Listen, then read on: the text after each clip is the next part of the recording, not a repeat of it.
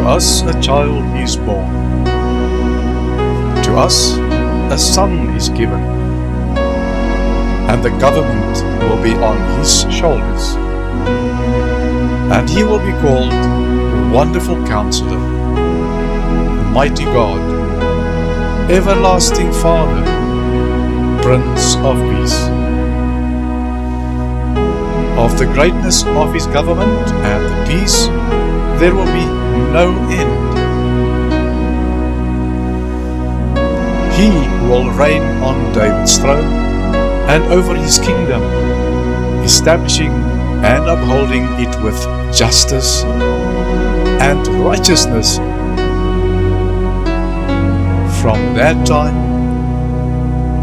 and forevermore.